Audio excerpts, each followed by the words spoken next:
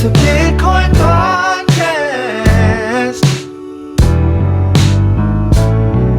The only one that's making your money is you. Listen to the Bitcoin podcast.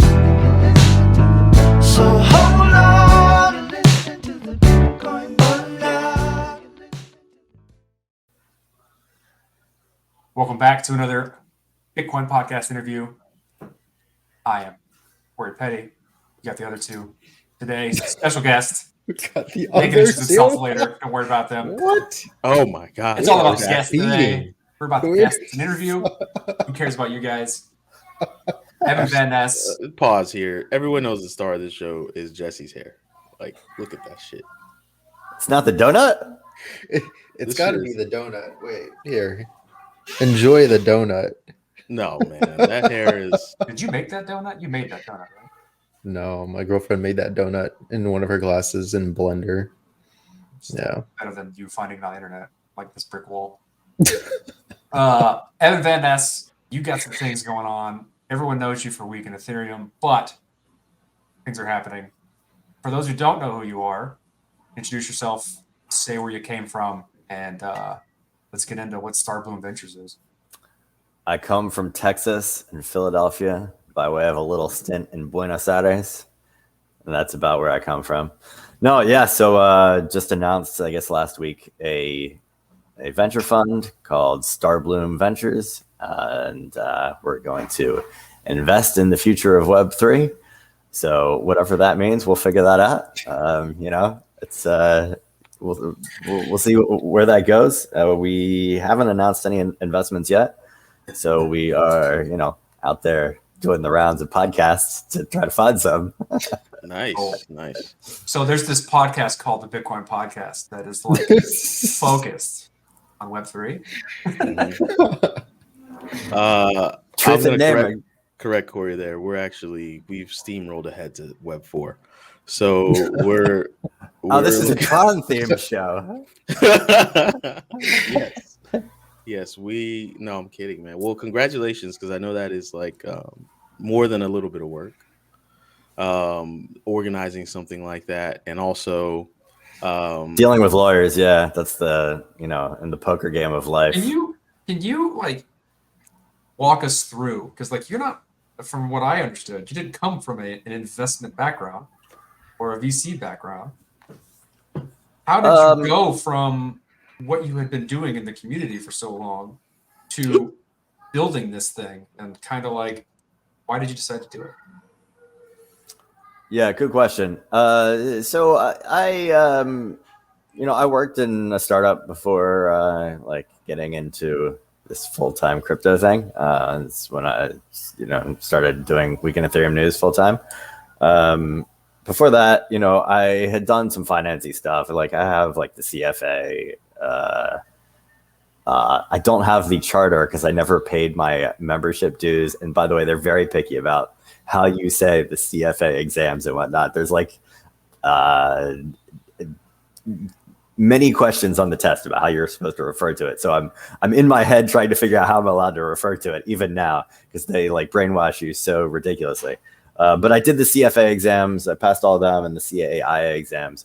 And my Tig Leap, I kind of had a finance kind of role.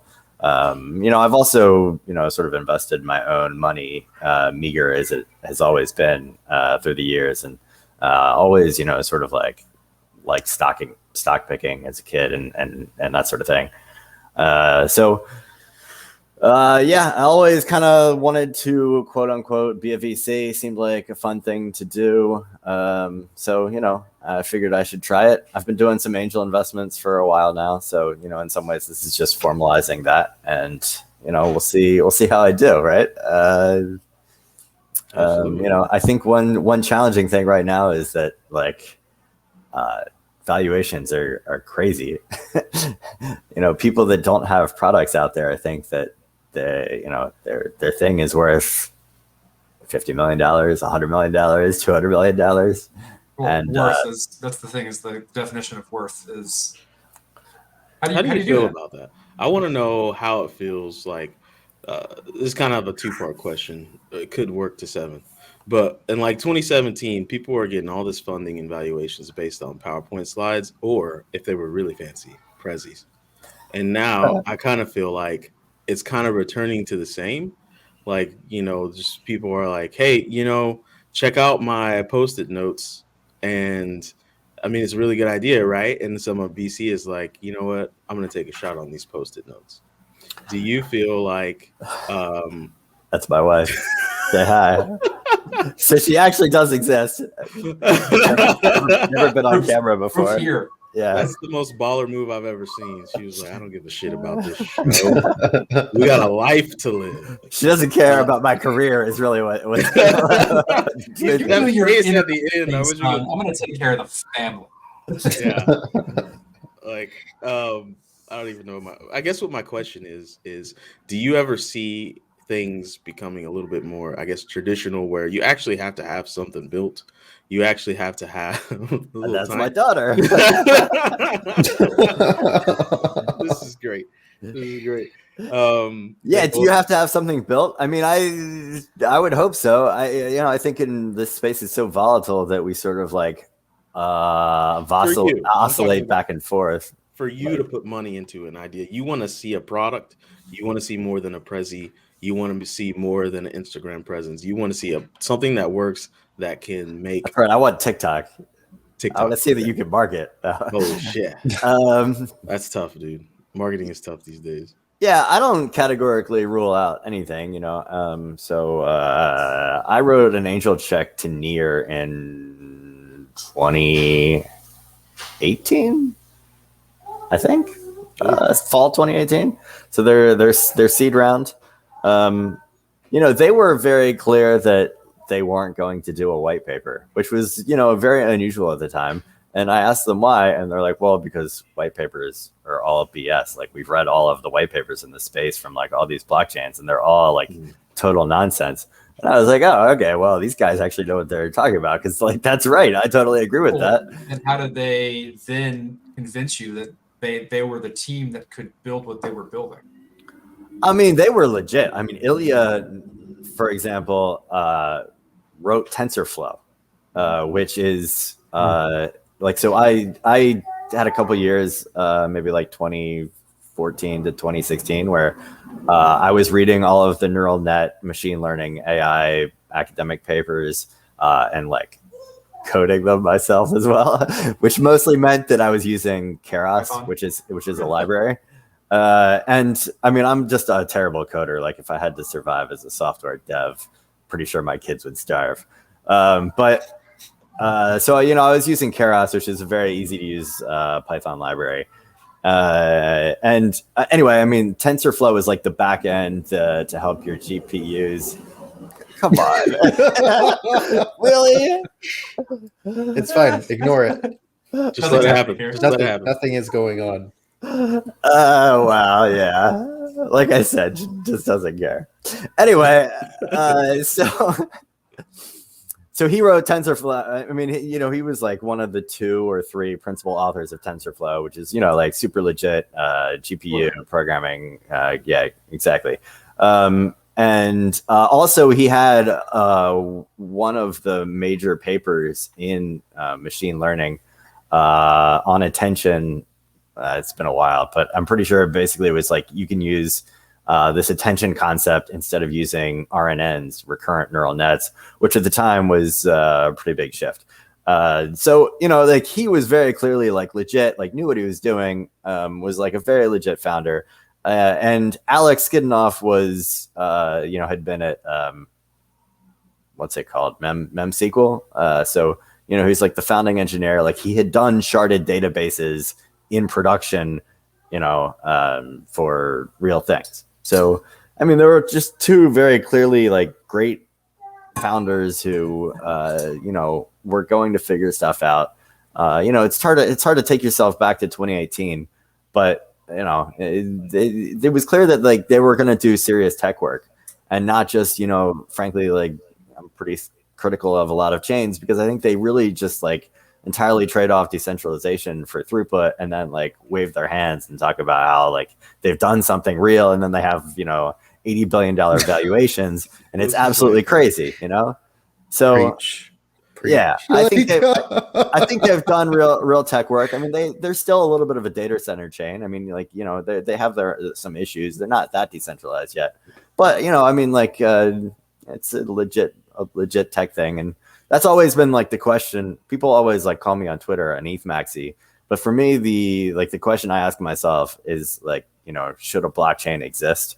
And I mean, frankly, I don't think most of these should, including like stuff in the top 10 right now. Probably more than half of the top 10, honestly. So you know, that's why I put money into What is Near. your criteria for that? Okay, just like so, like there's this No is a film criteria. of it. And I mean, like, That's it. what makes a blockchain have a purpose? Like, why would you do it? And how do you reason between like the novelty that they try to introduce and then like the lack of like I'm trying to figure out how all these things come together to say this is reasonable to invest in, and because I think it has legs. Yeah. And because you like everyone understands we're in a, you know, the way things have gone over the past year, I'd say we're going, it's pretty bullish. That's not going to be the same thing forever. Some of the stuff is going to drop out. Some of the stuff is going to fail. They all have slight tweaks of novelty. As like an investment thesis for a VC, what are you looking for? What is that like? These things don't exist. I wouldn't invest in this. I'm not terribly sure it's as objective as we'd like it to be. As you need an written, investment right? thesis, right? So like that's the whole point of having a firm or like a venture firm is we believe X. This is what we invest in because we think it's going to be fruitful for us and potentially beneficial depending upon the type of venture you're in. What is that for Starbloom? Like, why did you make this, and why is it differentiated from the other shit that's out there? Yeah. So I would say that, like, frankly, a lot of the venture capital funds in crypto over the past, you know, basically 5-6 years have, I mean, basically just, I don't know. I have a relatively negative opinion of all these people that have just brought these chains to market that have like relatively little fundamental innovation. But that has been probably the best way to get returns. And I think as the space matures, that is not going to be the case. So the way I think about this space is I think there's going to be one chain which is going to win like 80% of the valuation. I think like Bitcoin and Ethereum are really like the only two contenders there.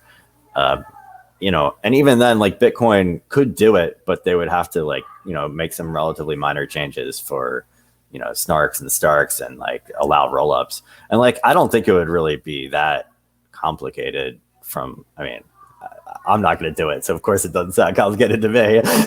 But you know, Bitcoin could definitely do it, but they won't, right? I mean, like, I think we all know that they won't. And, you know, Blockstream, Bitcoin Core, whatever you want to call it is, you know, it's not going to happen. I mean, Schnorr-Sigs took like 4.5 years, 4 years. I mean, whatever, right?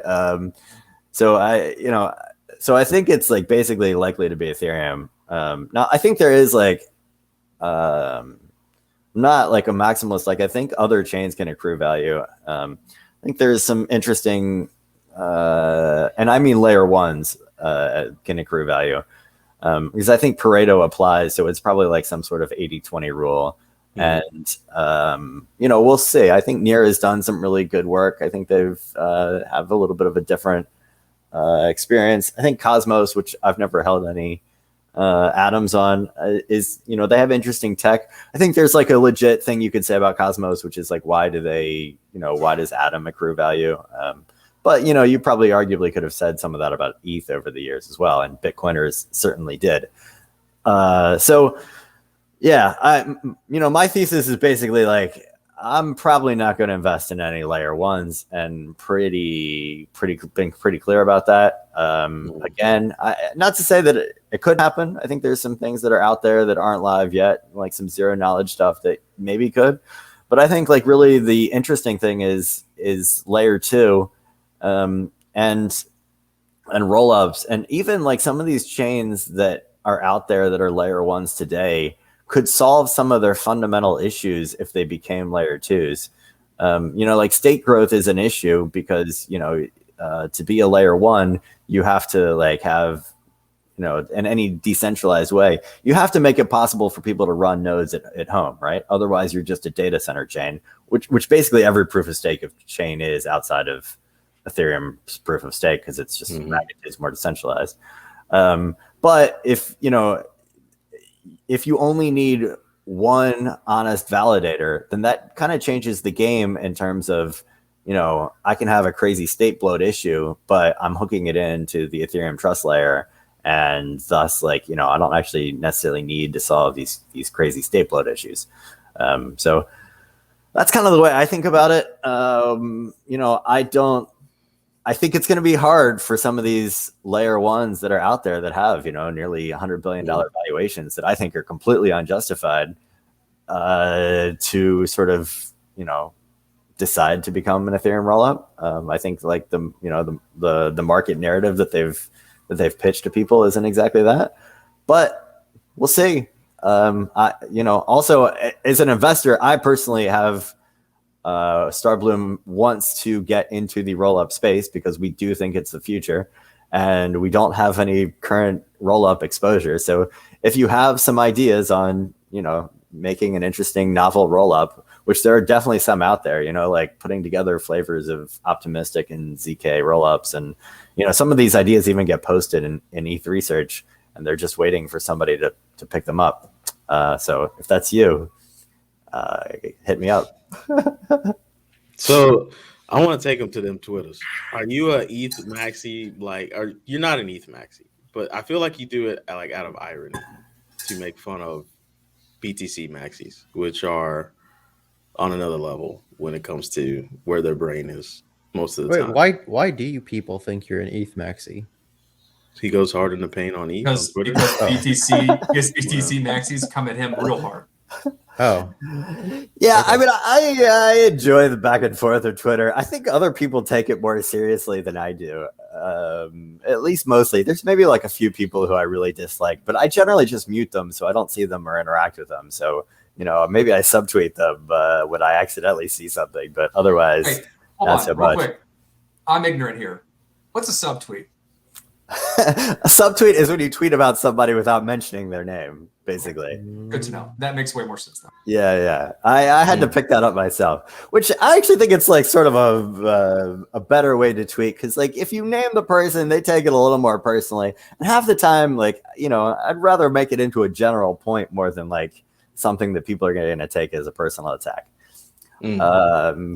It's a superset of passive aggression. Is that what I'm hearing? Is that what it is? Yeah. Maybe it's that I feel like naming people is throwing elbows, but going hard at the paint is just making a general point out of it. I don't know.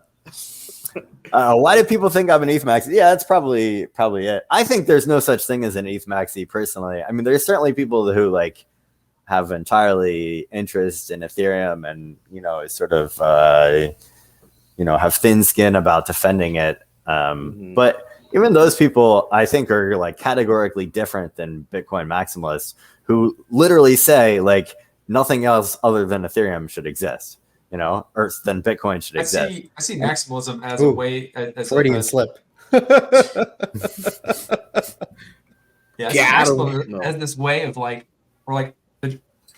classify it as maximalism when you're unable to acknowledge a deficiency in something you believe in, right? You will justify or rationalize anything away as a positive for the thing that you are basically bag holding. For cryptocurrency, you're bag holding. And if you're unable to be critical on the thing that you're invested in, or like proselytizing, then you're more like that. You're more leaning more towards maximalism. Would you consider yourself able to find deficiencies in Ethereum? Yeah, I think one of the characterizations of Ethereum, that was the right word. I woke up to tweet about EIP 1559 this morning, tweeted burning 1 million ETH, and then I couldn't get back to sleep because I think I'm getting old. So I don't know if I might be a little loopy. I think Ethereum is like always tried to characterize itself as a community that is honest about its problems.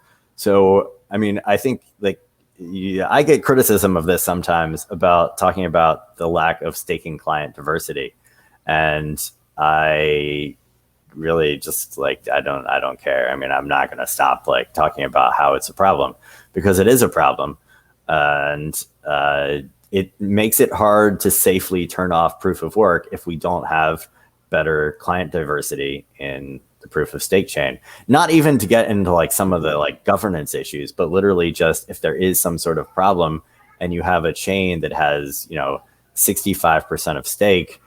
I don't. It's probably not worth getting into the weeds, but once you get into the 2/3 category, and you have a chain split, and you get into the 2/3 category, and proof of stake, it's very difficult to recover from that.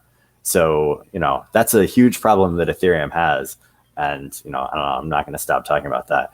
I do think that like being irrational about your bags is like a reasonable Well, I mean, you made it completely irrational about your bags is the definition.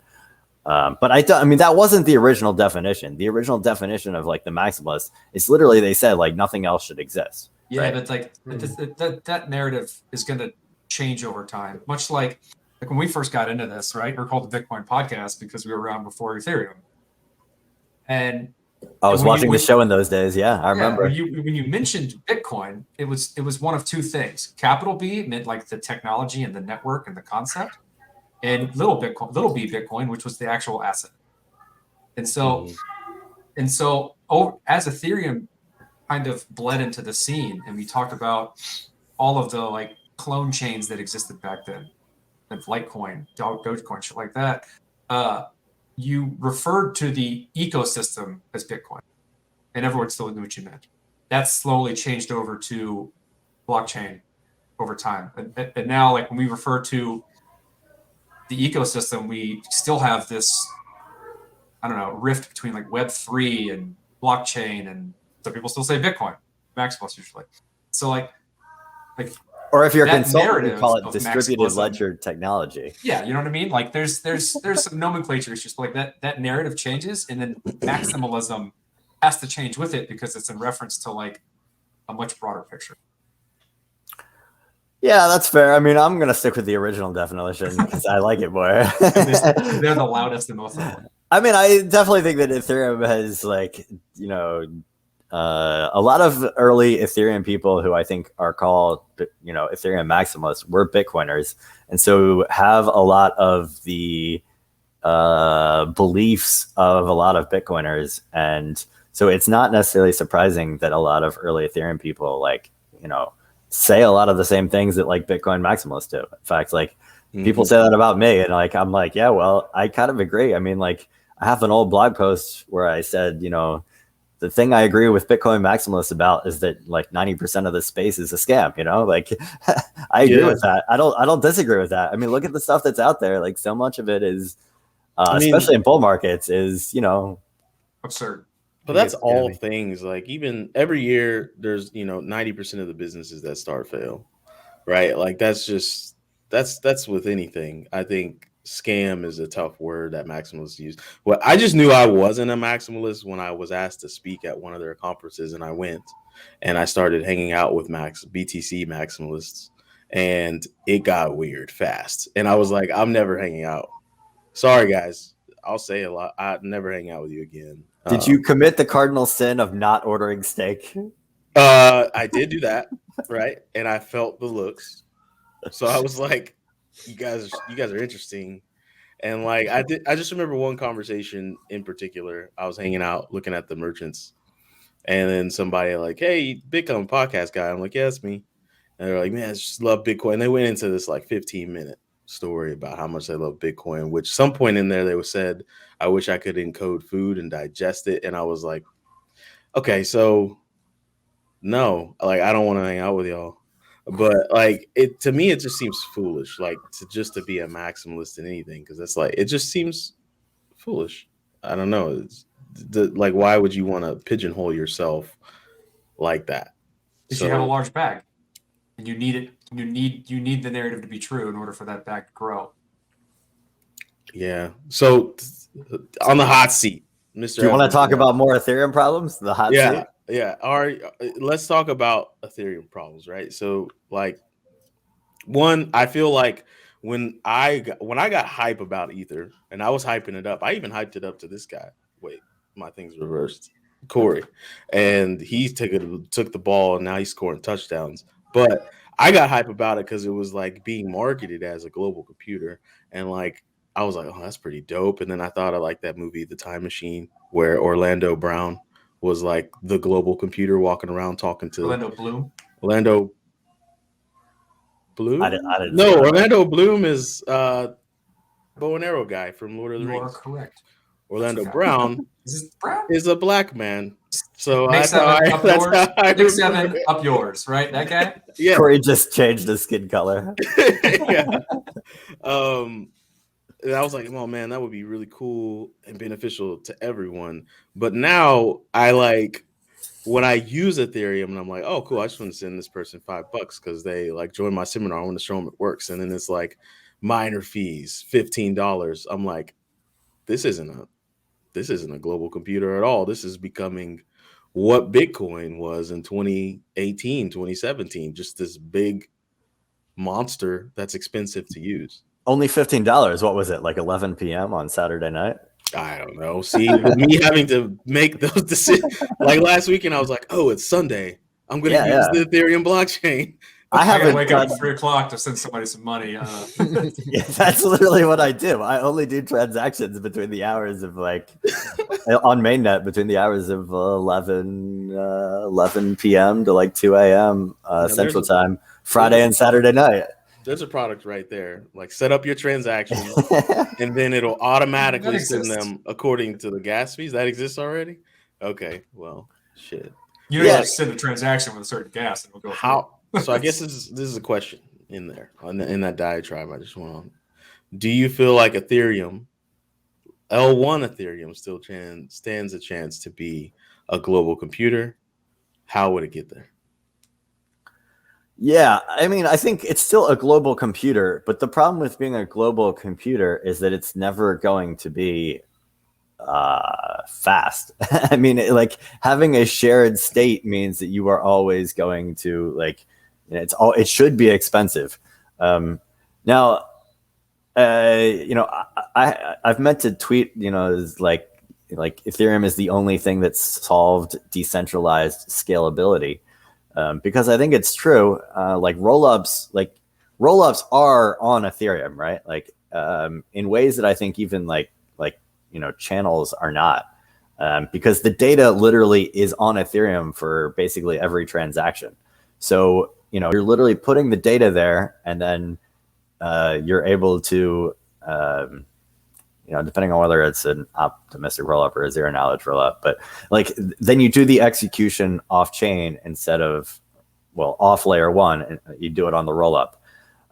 You know, I think that is extremely underrated still by like everybody in this space, because you know you can do like thousands of transactions per second. So when you say like Ethereum only does 15 transactions per second on average, I think that's incorrect. Because Ethereum does do thousands of transactions per second now. Of course, you know, adoption of these is limited. These zero knowledge rollups in particular that do the thousands of transactions per second are not, I mean, they're just payment networks right now, like akin to Bitcoin. And frankly, they're not widely adopted. And even as someone that tries to use them, I struggle because like other people don't want to use them. They want to get their money on mainnet. The, you know, Binance or Coinbase or Kraken or, you know, Bitstamp or whoever doesn't do direct support and withdrawals. And that's frustrating because like the technology is there, at least for the payment network side, to do, you know, thousands of transactions. It's just not really been adopted. There's some issues there, of course.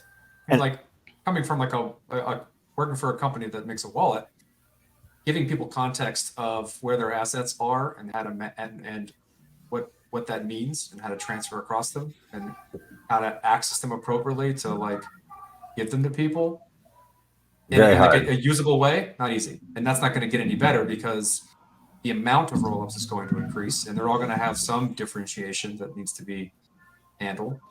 And so, like, it's a lack of tooling, what you just described. At the same time, like, that's moving Ethereum 1 into basically decentralized storage, very specialized decentralized storage, and then all the other stuff happens elsewhere. Is that you think that's the reasonable way to go? That's the future. Like, you do your stuff elsewhere, store it securely on Ethereum, because Ethereum is the best decentralized storage, specialized towards transactions, blockchain transactions. I mean, I think that it is literally the only approach to scalability that is even marginally decentralized, and this is, pretty darn decentralized. I talked about zero knowledge proofs. If you talk about optimistic rollups, that's a little bit different, but it's more difficult because when you start because you have fraud proofs, like, well, that and like the usability is different, but like state rent is a different thing to worry about if that gets implemented, because state history is literally the state of the L2. Can I interrupt for myself, for the layperson? Can you guys getting break into down, the weeds here? Yeah, ZK and optimistic, like the difference between those types of rollups? Happy to. Yeah. Do you want to do it? You want me to do it? Sure, I'll do it. There's There's two types of rollups, right? And if you think about a rollup as like a general term that's easy to understand, it's an aggregator, right? Mm-hmm. It's a bunch of transactions that people want to do, aggregates them, batches them together, and then submits them somehow to Ethereum 1, right? Okay. And so the difference between optimistic and zero knowledge is how they batch them and how they submit them to L1. Okay. So a zero knowledge, we'll start with optimistic because it's the easier way to understand it. They literally gather all the transactions, they put them together, and they store the transactions on, like they get an aggregator. You trust this, basically, I don't know what they call it, accumulator or aggregator or processor, whatever. This thing, entity on the layer 2, takes them, batches them, it stores them as call data on the layer 1 blockchain, Ethereum, right? And then So you have to trust the validator's infrastructure on a layer 2. Correct. Now, which could be centralized. For all there's a key point to this, and this comes from the idea of Plasma and why it has any reasonable way of working based on that trust, is that anyone can look at that call data and say, that's not right. I'm going to exit and leave directly to L1. So anyone who looks at these things can see what the validator is doing, what they put on, and challenge it and leave. Now, there's a time period in which they can do that, and it's what is like 30 days for optimism. Yeah, optimistic rollups have. I mean, that's optimism. I think is 2 weeks. I think Arbitrum might be 2 weeks. That's kind of that lag, right? So they did that because it's very easy for the validator to like batch these things up, put them in the right order, and put them down, and for everyone to view it and make sure they're doing the right job. And there's incentives that are involved with watching these things and going and getting out and so on and so forth. But like that's the idea. Batch them up, put them on, and then people just check to make sure that's okay. The zero knowledge rollup is done by, when they aggregate these things, they basically create a zero knowledge proof. They make this giant proof and they submit that to the chain. And so if it is a valid proof, you don't need to submit anything other than the proof. It's all of the state transitions associated with what happened off chain are valid. You can just trust that because that's the way the cryptography works. You don't need to store a bunch of stuff on the chain because you can trust the cryptography works appropriately. But the problem with that is that it's not as easy to generalize all the things that you can do on that chain, and it's a lot of computational effort to create those proofs. So then that leads to my next question. This sounds like there's a delay in like settlement or like, I guess, finality on main chain when you're using rollups, right? Yeah, so you have slightly different trust assumptions, right? Mm-hmm. Yeah, so you're if it's an optimistic rollup, it's sort of debatable as to when is it really final. However, there's also there's things that exist like hot protocol or Celer, where instead of having to wait 2 weeks to withdraw back to the main chain, you can basically just offload that risk to them by using their technology. So, The third-party service that says, give me your layer 2 money, I'll give you layer 1 money, like that, as opposed to wait. As opposed to the official way of doing it and waiting that amount. Gotcha. Hold up. It's like a payday loan. My army of GPPs that I'm it's- trying to represent. It's a payday loan that can pay you money though, because if theoretically you're rebalancing from a chain that has blah blah blah more or less, you could actually make money on going back to the main chain. Arbitraging. Yeah. In fact, it happens sometimes. Mo Dong from Seller, who is the sponsor of Week in Ethereum, full disclosure, he had a tweet about look, he's like, you should always check these things because sometimes our bridge will literally save you hundreds of dollars, because it's basically arbitrage. I mean, you don't have to think about it exactly that way, but. Mm-hmm.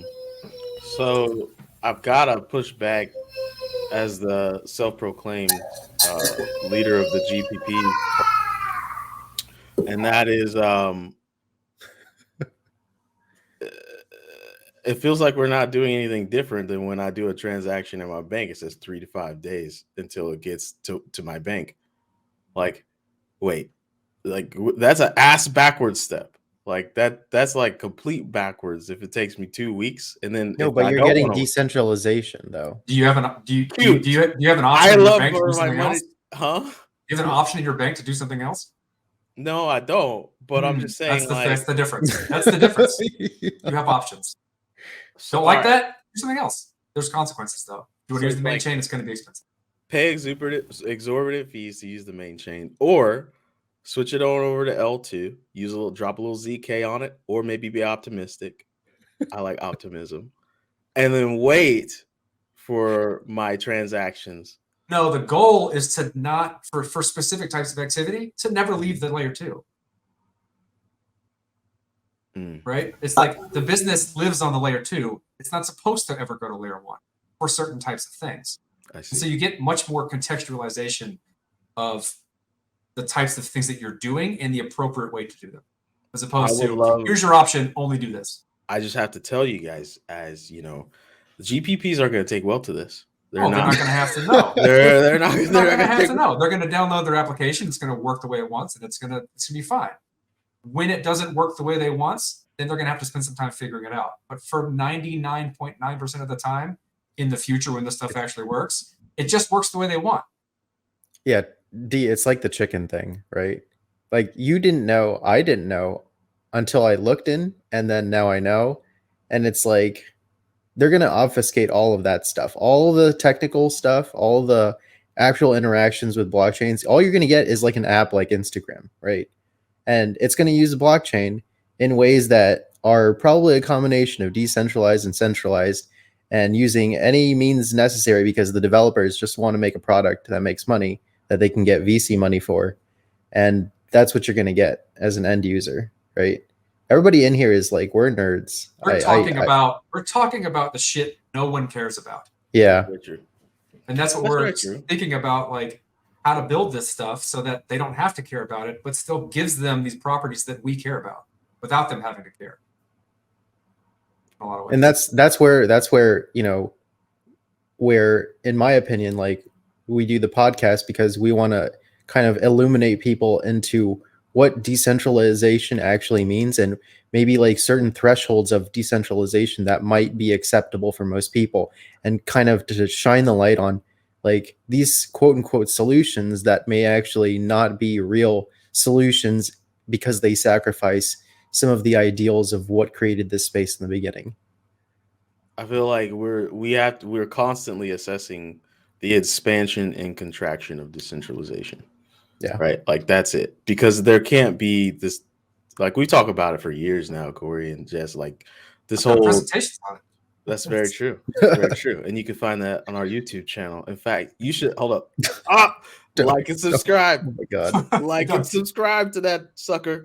We don't ever ask you to do shit. And I know there's a lot of you guys that aren't liking and subscribing because I look at the data. Jesus. I look at it. So stop being a schlub. You know? Let's get back to. I want to hear Hold what up, man. Evan This is thinks. a commercial. Oh my god, This is a commercial. this is a commercial. Jesus Christ, man. Don't interrupt a commercial. Anyways, go like and subscribe. If anything, just for Jesse's hair, because it's so powerful. All right, How do you feel Jesse, about that go. conversation, Evan? Oh, let me unmute you. Yeah, I would say that after announcing Starbloom, I've gotten a lot of pitches, and they're almost all Sorry. for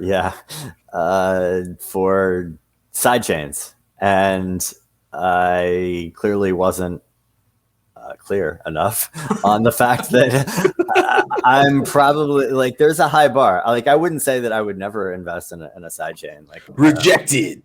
Yeah, and by the way, I think some sidechain bridges are better than others. Like the that's a whole nother long story, right? But like some bridges are better than others. Like the 1-inch guy designed a bridge for Near that's pretty cool. It's not. I mean, it's still a sidechain. They're like they say it's trustless. It's not exactly trustless, especially when like different chains undergo forks and whatnot. There's some things there that make it not exactly trustless because the bridge has to change. But some bridges are literally just multi-sigs. Some are literally just EOAs, a normal Ethereum account owned by one person, which is crazy. Give me some money. I'll give you some on the other side. Yeah, I mean, there's a large chain that has like billions of dollars on an EOA on one key. Call them out. But with SGX.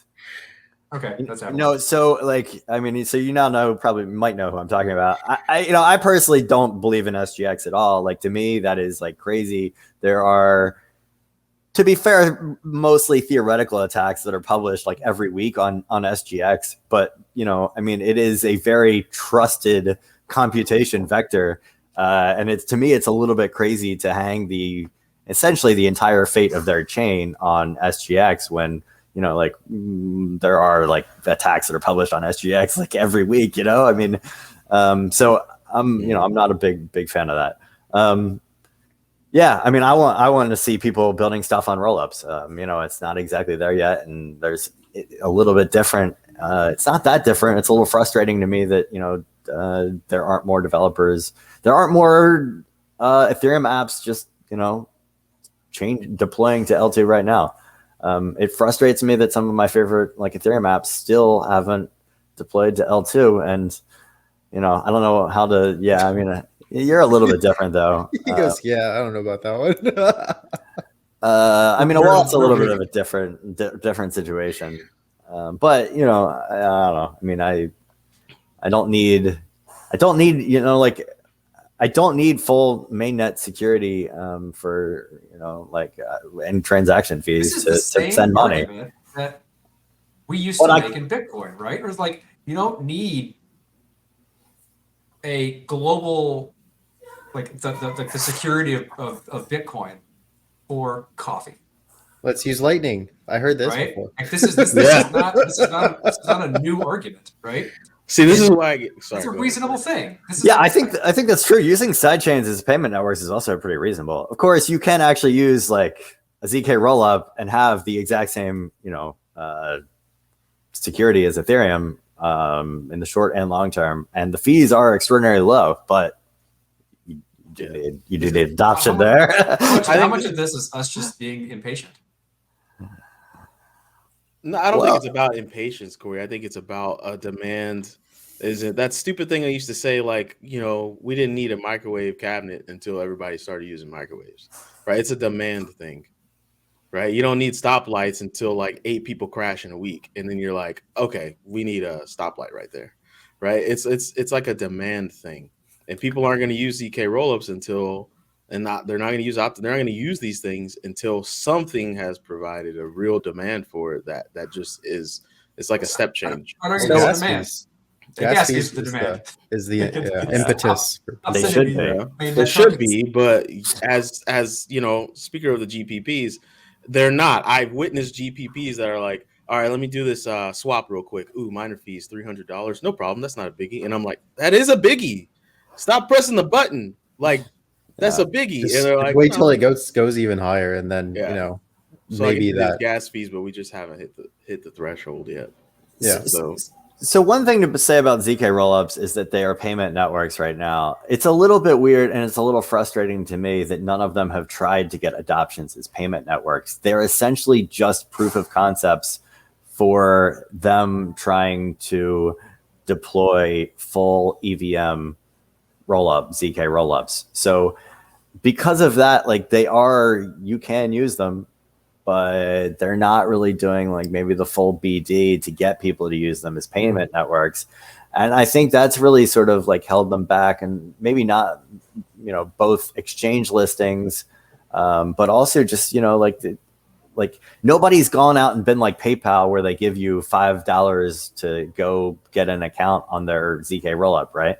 And that's what it takes to become a payment network. You need the adoption, and you need the people to care about trying to market it and really be paying attention to it. But maybe that's because Visa, MasterCard, and Square and whatever, right? I don't know if you've talked to any people from any of those like companies, but I wonder if they're just working on stuff in-house and they're going to deploy it themselves. Well, given what we saw from Visa, where they deployed a sort of layer 2 architecture that, I would describe it as 2017 layer 2 technology. It was basically talking about channels and whatnot. And I think, one thing that we've discovered in Ethereum and Bitcoin too, frankly, is that channels are really, really, really hard. And they're very application specific. Yeah, and I still think that like even Lightning, which is, there are some channels on Ethereum, but Lightning is certainly the most battle tested. I think there's still a lot of like vulnerabilities and DOS vectors that are out there. Anyway, yeah, rollups are better. I have I guess one last question, and then I gotta bounce, unfortunately, a little bit early, and that is, how do you feel about, like, I said this before, like the culture of Ethereum seems to lag the culture of Bitcoin by about 4 years, right? Everything that and I'm talking about crypto Twitter, I guess I'll make it more specific. Like everything crypto Twitter, Ethereum enthusiasts are excited about is like kind of like the same kind of stuff that Bitcoin enthusiasts were excited about like 4 years prior. And the conversation is the same. Just like Jesse pointed out, I was like, I've heard that before. It's called Lightning.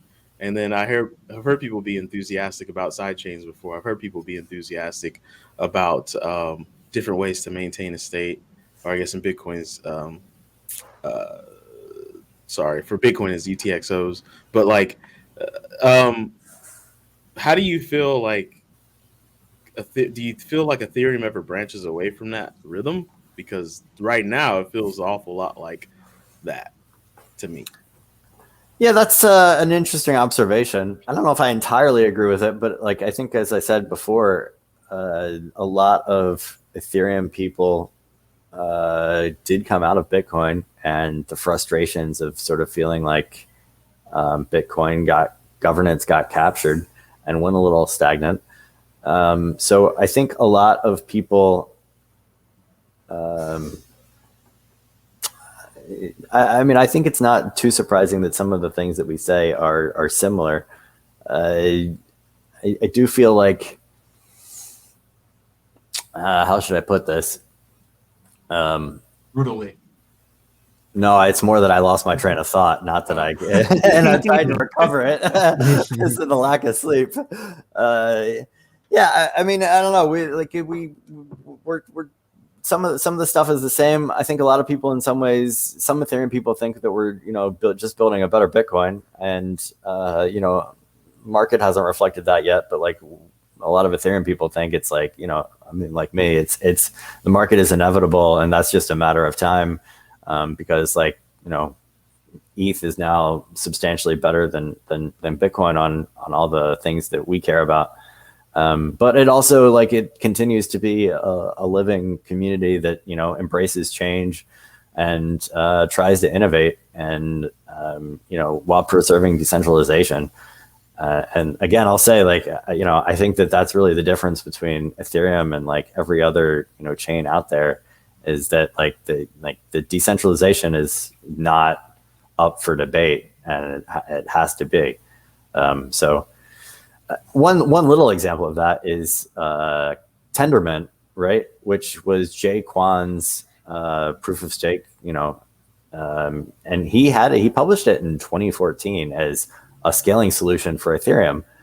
But you can't have more than, I'm pretty sure this is still true, it certainly was at the time, you can't have more than like 100 and some validators on. That's a traditional BFT basically threshold, the way those algorithms work for proof of stake. And Ethereum 2 barely gets around this by the way they do it. BLS SIG aggregation. Yeah, so is we just do kind of randomizing pools of who those 100 people are, and that's just the way that traditional PBFT algorithms work. Otherwise, like message complexity gets too high after that number. You get degradation of security as you go past that number.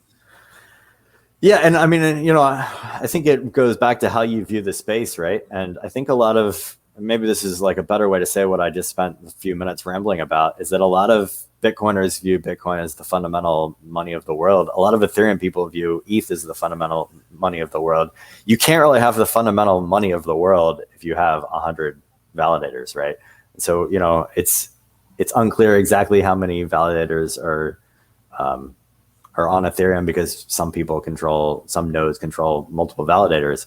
But I mean, it's something like, tens of thousands, and you can run a node, on your own, and you should still be able to, given some of the state pruning that, will happen. Running an F2 node now is not that large in terms of resource requirements. That being said, nothing's happening on ETH2 yet, other than consensus. So when we start porting things over, I'm curious to see how that changes.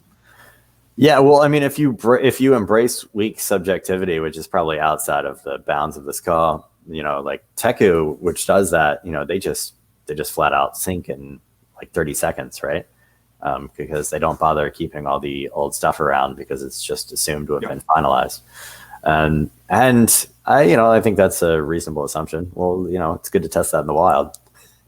We are. Man, Jesse, I want to continue the conversation. No, like I kind of want this to be like a 3-hour session where I can like ask you, because you made it clear earlier into the conversation that you have no eyes for any other L1s other than Ethereum, right? But based on your criteria of why you think Ethereum is the end all be all, the criteria being academia, decentralization, certain factors, right? You really don't think there are other L1 alternatives? I think that one thing will get 80% of the value accrual in this space. I think it's why do you feel you have the Pareto distribution? Yeah, why? Wave my hands. I don't know. It feels right to me. because if this is like the everything's internet, a power and law. search engine, yeah, sure. So like if you look at if you're saying that, right? Avalanche thoughts. My thoughts on Avalanche? Yeah. I feel like every time I look at Avalanche, it's a lot of hand waving, and it really, really puts me off. I could spend a long time convincing you of a reasonable level of legitimacy there. I know that y'all like it. Yeah, you're the only people I know that are at all technical that think that there's anything there more than hand waving. I hope you're not listening to Adler. That's not worth your time. I've found John to be a very good source of skepticism with regards to rollups, sure. which sometimes I was angry about, but then he was right. I mean, like the whole like new consensus, I think is, hand waving. Like, why? I mean, like that's not the bottleneck. And in systems, you try to like fix bottlenecks, not like, come up with some new thing which isn't really the limiting factor anyway on anything. It will be, So- in my opinion, that will be the limiting factor. And I think decentralization. we're so far away overall, from that. especially because, it depends, right? With something like that, the underlying data structure, if it's tied to consensus, then the bottleneck is the data structure. If it's not, you can just build more of them in parallel with each other, depending upon what, like, you can build networks. You can transfer Bitcoin over to Avalanche right now without affecting the consensus of the C chain whatsoever. It'll run just fine. So you can do these things in parallel based on the scalability of the consensus, not the scalability of the state. And that's like that. It's contextualized in certain ways, which I think is really important and overlooked in things. Right now, the bottleneck is the state growth, clearly. Okay, and then let me Certainly true. Yeah. let me inject another one. Algorand, thoughts? When I looked at Algorand, it really just looked like they had traded. This was years ago. It sort of really looked like they'd traded off centralization for throughput, and it didn't particularly impress me. So now, what if you know that they're reversing that?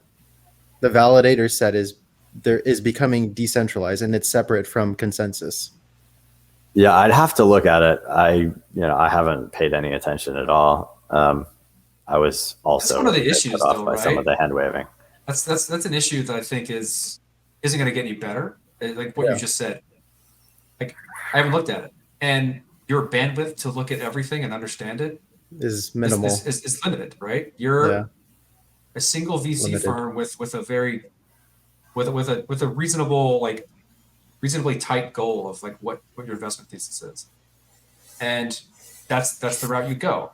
You can't, like, no one can be expected to understand everything in this ecosystem because it's gotten too big for anyone to do that. Like, I think that the growth of this ecosystem, like Web3, digital consensus, like the underlying data structures in which we add stuff to, so like how you make a blockchain, has gotten to be so big, like even zero knowledge technology and stuff like that, roll up technology. You can't understand it all. And so, like, having an informed opinion on everything is unreasonable, which is why I feel Maxwell is stupid. Joe tries to do that, and the way he does it is by buying everything equally. Yeah, but like, so what? That's just a price thing. It has nothing to do with like. No. But that motivates Joe. Like, if you ask Joe about any given chain that he has bags of, he does a pretty good job of like knowing stuff. Yeah. So that's what I'm saying. To force yourself to learn about it. I think that might be the thing, you know? And if you don't like it, dump it, you know? Maybe. I mean, don't get me wrong. Like, because we've made our opinions directly tied to potential personal profit. Yeah. We're going to have a bag holder mentality in some way, shape, or form about everything. But in my opinion, the goal is to minimize that as much as possible. I think absolutely people are biased by their financial holdings. It's hard not to be, right? Like, if it means I'm going to not have to work, I don't need to work for the rest of my life, I'm probably going to root for it a little bit, right? Like, but I think the idea is that, like, you know, even the people who innovated early on Ethereum, like, we hear the discussions in Slack, they left, and now, you know, you're like on the whatever. Colin saying like you're on the fifth generation. Yeah, right? the amateurs left. Now we have the pros. Really? I mean, there's an argument to be made for the opposite, right? This technology has reached a threshold of legitimacy where actual experts are entering the field. Okay. Like, So outside of like Gavin, I mean, who? I don't know. I know some of these people. I don't really want to be too critical. But that's like the counter argument is no one was like, there weren't professionals building this stuff because it wasn't legitimate back then. It is now, and they're entering the field. Like, we have so many PhDs in a varied amount of very technical fields at Status that never would have joined this ecosystem if there weren't financial rewards. 4 years ago, just because they're like, who cares about Dogecoin? Yeah. And now they're like, oh, like zero knowledge technology as applied cryptography to distributed networks. That's a really interesting problem. I would like to think about it. And it pays me way better than academia. Sign me up. See, here's an interesting investment thesis that you might want to consider, Evan. I don't know if you're subject to like any change, but Have you like heard two about the Bitcoin things. podcast? No, forget about that. No, so like financial, right? Financial bias, but then also cultural bias. So like for instance, I dabbled in Solana for the past few weeks, right? And yes, their underlying validator set infrastructure is super centralized. Like I hate everything about it. But there's a lot of NFT related tooling that is being developed that some of it is pretty poorly optimized. But what I'm getting at is like there are interesting tools being built on chains you might not like that may be good and you might want to use them from a practical sense. And like when people are going to be building that final product, right? I can't imagine it being only on one chain, right? It's going to be multi-chain. And that means it's multi L1 and potentially multi L2, depending on what the product is and whatever, right? So like I think that throwing a little bit of money at something to get you like going, like like if you're going to the gym, you buy a gym membership, you maybe buy some gym wear, something like that. And then that kind of get you like incentivized to kind of look a little bit deeper than you normally would have, and then if you don't like it, dump it. But at least you kind of are more familiar with like the landscape, the tooling landscape, and I guess whether or not it fits your ideals. So I would say that basically every chain that we've mentioned here so far, I remember when they were raising seed deals. Again, like I had my, does this chain have any reason to exist? If I didn't invest in it, which I've faithfully disclosed the ones that I have invested in, I really just didn't think it had a reason to exist. I wanted to go back to something earlier though, which is like you talked about other chains. Like I think one thing that has to happen is like it's not just like to beat Ethereum, you have to have a better community and a better technology. And like I would argue that like basically neither chain is even close to having either. So to me it's like not a close call. As an investor, I don't like I'm getting pitched things on other chains right now, and how should I put this? I would say that like there is an adverse selection problem because most of the best entrepreneurs are trying to build on Ethereum. If you have to go to another chain right now, it's usually because they gave you money or grant funding or ecosystem fund. And it's usually because you needed it because frankly, at least the market didn't think you were top tier. Like that's not a terrible thing in any way either, because like, I live in Texas. I don't live in Silicon Valley. Ticketleap was in Philadelphia. Like sometimes, and Ticketleap had an 8-figure exit. Not all of that went to me, by the way, unfortunately. Don't get me wrong. But I don't think that like necessarily like everything comes out of like what is considered top tier, because the world has a lot of randomness and things happen.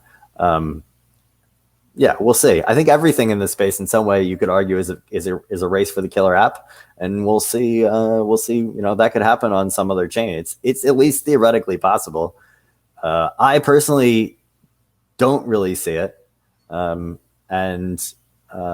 think it's like, how should I say this nicely? I think even some of the chains that are like have high market caps, like they haven't necessarily attracted the app devs that are doing anything more than like copying things and deploying them, copy pasting, not necessarily the code, but at least the concept, which is fine. I mean, like that's not terribly bad either. Because if you are a chain, you do need to have Uniswap like DEX. You do want to have some sort of central limit order exchange. You do want to have the basic things of DeFi that Ethereum innovated, and that it's not to say you couldn't necessarily get a decentralized app. I'm a little personally like you always should be paranoid about anything. I'm a little paranoid that like something does take off on a centralized chain. And that Solana is pretty centralized and it's taking off. I'm relatively skeptical of that. I think that it reminds me in every way of EOS. Like it is I see. EOS v2. Now you That- can that's say fair. it's like That's a much fair. much better engineered version. I'm not entirely clear on how much of their transactions per second is actually real. Like there's some like That's hand not- waving in there. The TPS reports are stupid, and theirs are really stupid. So I mean, a lot of it is overhead. There's a really stupid. A lot of it is like throughput or is voting overhead, just like in Tezos. I think something like 80% at one point, maybe still is, of Tezos throughput was literally just people voting on it, right? So like the way I currently see that landscape is, and this is like this. I try to say this as much as I can when people throw shade at Ethereum and its current fee market. Is we filled up the Ethereum bucket. We are working.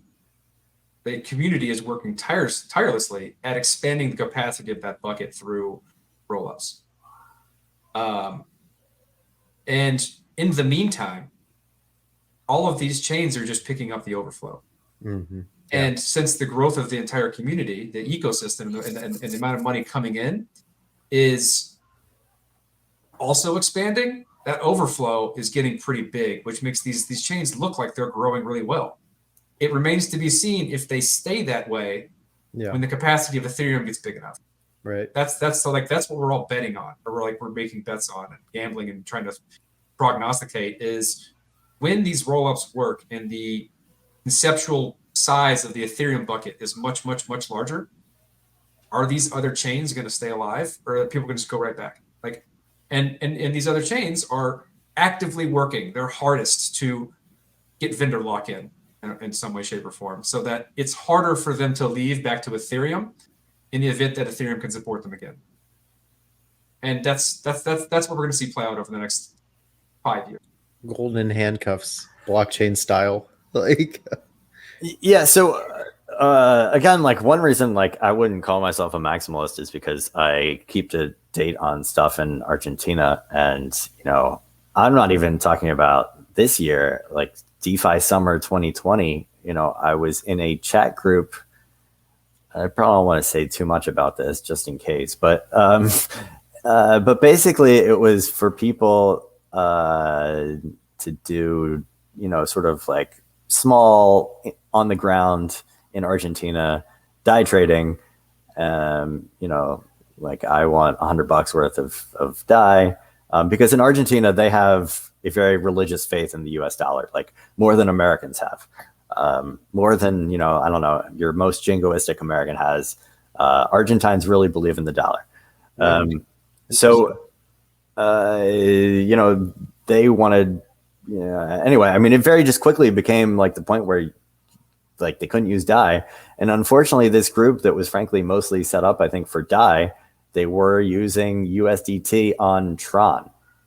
oh, But you know what? about Like Tron. that fits your use case, right? And It if made that those fits people's your lives use a lot case, better. yeah, should you be leaving your money on Tron long term? Probably not. Do I think that value is likely to accrue in Tron the asset? Well, I mean, like most Ethereum people, like I think decentralization wins in terms of assets. Like I think that's where the money's going to go. So I don't think that Tron or these centralized chains make any sense. At crazy valuations. Should you use them as a user if it makes sense for you? Absolutely. Should you use them as a developer if it makes sense for you?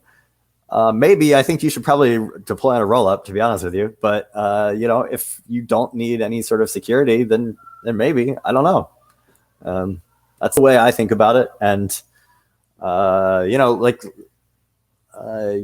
like Argentines that are doing like liquidity mining. I mean, they're very clear that liquidity knows no chain loyalty, and you can't really blame them because even if you have a lot of like dollars for Argentina, why would you be on Ethereum paying $300 in gas? Even for like Friday night at 11 p.m. or whatever. It's not an economical thing, and the rollups weren't quite there, so they were going to go on BSC and. A lot of them made a lot of money on it if they did it well. So, you can't really hate on that too much. I wonder if Ethereum is going to be like a walled garden. Like, because like originally like Bitcoin was like the ideal. One of the ideals was like bank the unbanked. And, I feel like all of the bullshit, like in terms of like where the rubber meets the road, whatever, is kind of like has been shed over the years. And I wonder if Ethereum is going to go through that kind of growth phase where only rich people and developed countries can really use Ethereum, and people who are early into Ethereum, because everybody I else hope is going not. to get screwed. I think that, you know, if we can get exchanges to support ZK rollups, you have the exact same.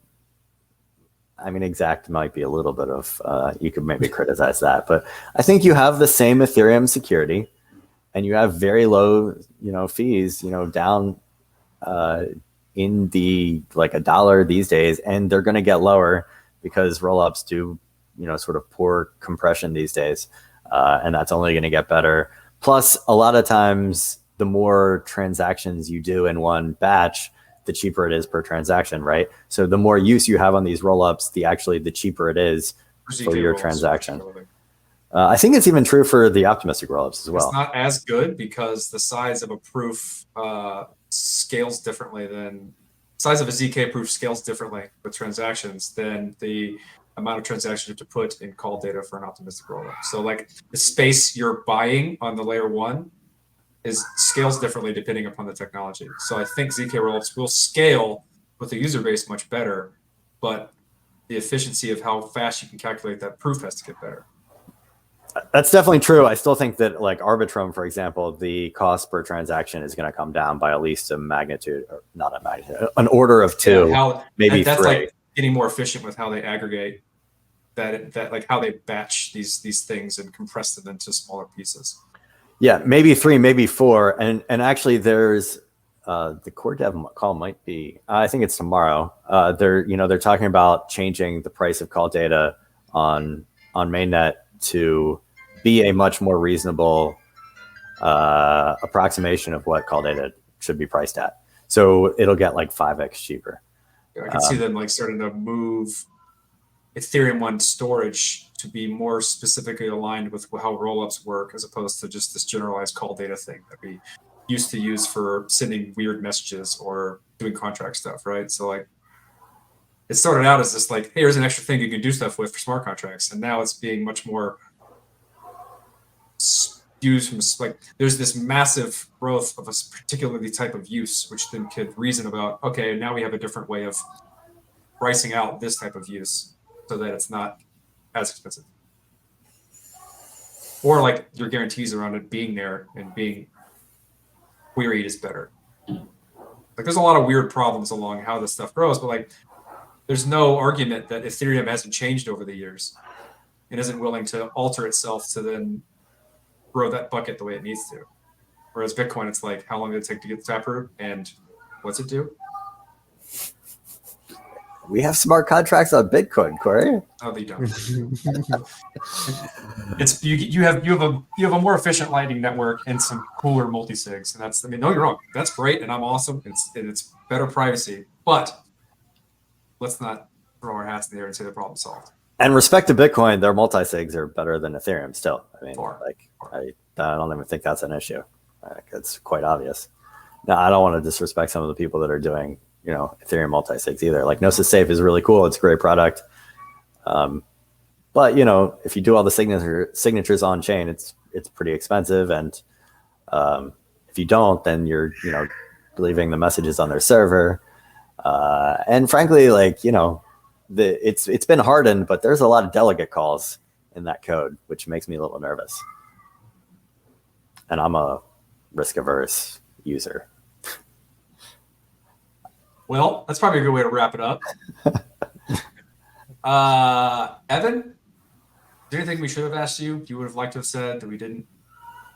No, this was fun. I mean, you know, I'm here talking about rollups. I think in general, that's like the way Ethereum's going, and that's where Starbloom wants to invest in. And, you know, I want people to deploy apps on rollups and architect for rollups. And I also think there was a point in there where I almost interjected because you were explaining rollups.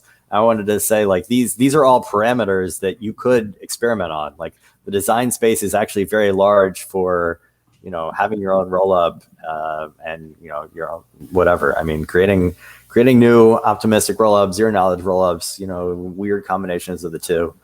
In case you can't tell, as an investor, I'm interested in that and would like to invest in it. And there aren't possibilities right now. So I hope someone out there is listening and wants to do it. So go check those ETH Research forum posts, and I hope this wasn't too shilly. You're interviewed. Chill. Two quick questions that we have. We ask everybody. Yeah. I'll start. 10 words or less. Can you describe blockchain? Blockchain. I thought it used to be Bitcoin. We changed it We up. changed it. Changed it up a little bit. It depends on who we're asking. Distributed ledger technology is.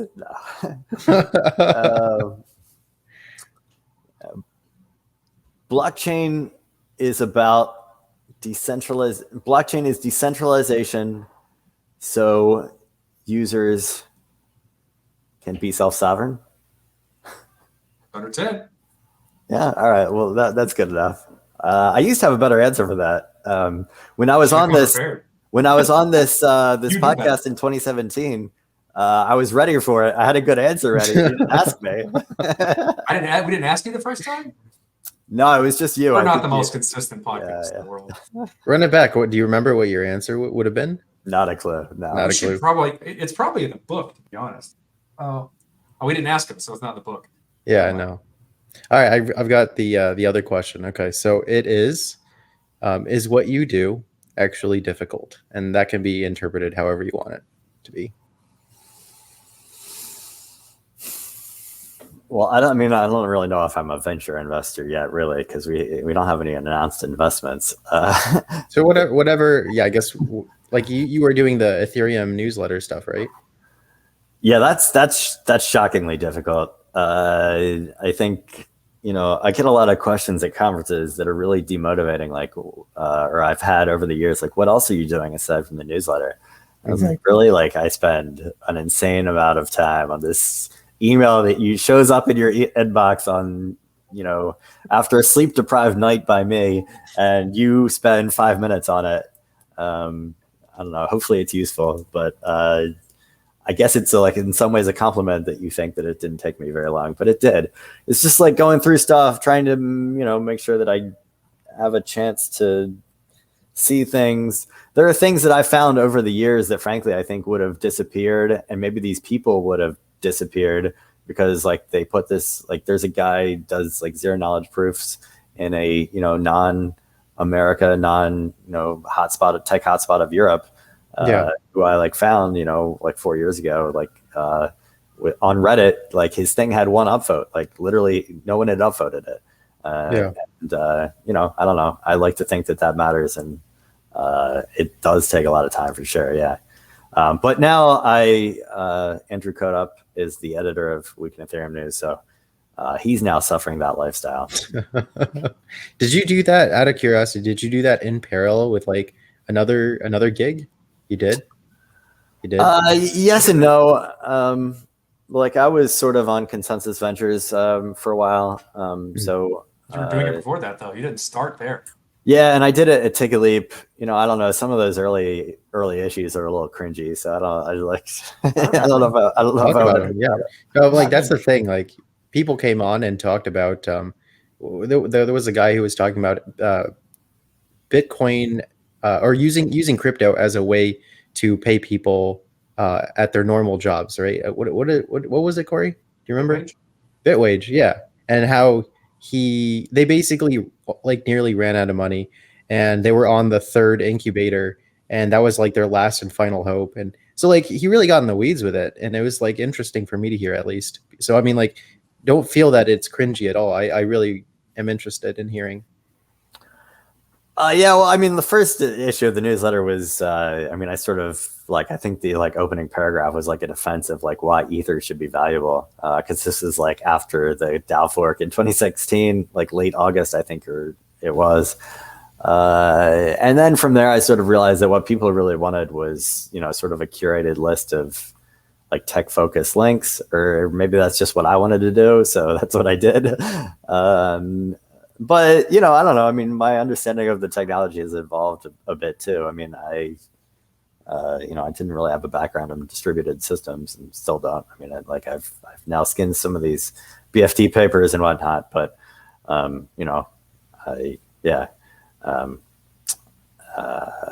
There was maybe more copying and pasting of things that I didn't understand in the earlier issues than there is, than there were in later issues. I'd argue that's because you did the newsletter.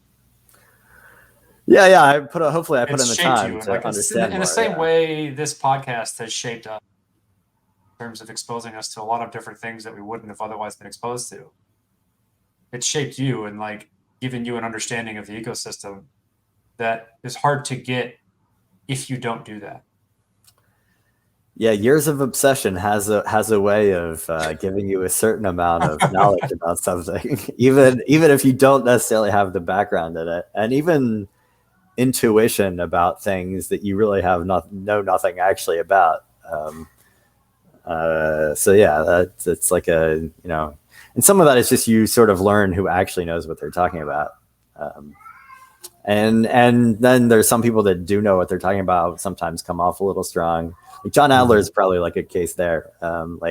He comes off a little strong sometimes. So you sort of have to know when to filter it out. But I'd also say that sometimes I filtered things and, thought I was right or other people were right, but John was right. So, yeah, it's a fun space. Yeah. It's not going to get any less fun. I still think we need slash in proof of stake, but hey, see, I'm with John on that. But I think that's a little far afield from ending an interview. It's perfect. That's the hard hit and then leave. Right, it's like Twitter, right? That's all. I mean, that's like this is the last thing I'm going to say, and I'm going to walk away. Yeah, like people want you to like go into us like some deep argument. It's like, really? It's Twitter. Like, no, I'm not going to spend 20 minutes writing out a deep argument when like you're just going to mute me, like I do to most people that like ask me for deep arguments. Like, come on, it's Twitter. You just throw it out there and let it go. Like I feel like I've seen some really informative like what do they call them? Like just chains, tweet Threads. chains. I don't. Tweet storms, yeah, Tweet threads. storms. Yeah. And because people get so mad that they're like, okay, I have to explain this in such a way that everybody understands where I'm coming from. And then that allows people to kind of just learn more, because somebody got upset. I do think threads can be valuable. Yeah. And it's actually, they're an interesting form of learning and disseminating knowledge, because it's easier to write a tweet storm. Although, now that I'm a VC, I have to write a lot of tweet storms. Apparently, they can actually take you a decent amount of work. I mean, some people just like dash them off and you can sort of tell. Yeah, but it's still, even if it takes an hour or two, like to make it concise and really to the point, it's still sort of like easier than having to go through and write like a long form blog post, or like even if it's 1,000 words, because you express your point. And then you have to get it concise because you only have this number of characters. And then you go to the next point and you got to get it down and gas golf your tweet into those characters. And yeah, I mean, I like it both as, we can all hate on Twitter, but Twitter has some good things too. I agree. Well, find Evan Van Ness on Twitter as Evan Van Ness. Evan_Van_Ness. Yes. And we'll see you on the internet. Sounds good. Thanks for having me.